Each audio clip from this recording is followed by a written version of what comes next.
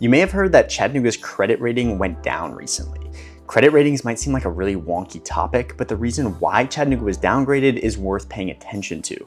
A big reason: economic inequality. For all of our great press, it's still a poor town, folks, and the gaps between the haves and the have-nots and the black community and the white community are grotesquely large.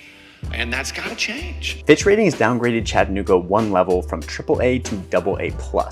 Fitch is one of the big three credit raters in the US. A credit rating is sort of like a personal credit score. A lower one can make it more expensive to borrow money. Back in April, Fitch changed the way it rates local governments.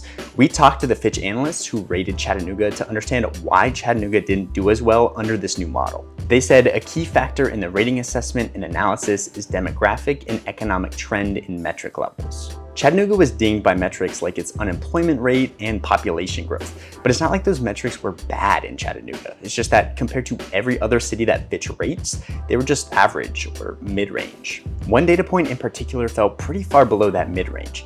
Chattanooga's median household income was in the bottom fourth of Fitch's portfolio, and enough of the data for Chattanooga was at that mid-range, worse that it didn't meet the AAA level compared to some of the other AAAs in the portfolio. The city didn't agree with all of Fitch's metrics, especially the one for population growth. Strangely enough, they actually think our population isn't growing fast enough. We think maybe they're looking at the wrong numbers. That's contrary to how a lot of people feel around here. A big drop in a city's credit rating can make it more expensive to borrow money by selling government bonds, and that would cost taxpayers more over time. But the new Fitch rating isn't a major downgrade, and another rating agency, S&P, still gives Chattanooga a AAA grade. So the market out there, the folks who buy bonds, they know that nothing has changed with our financial picture. The biggest bond sale coming up is the $80 million to help pay for the new Lookout Stadium.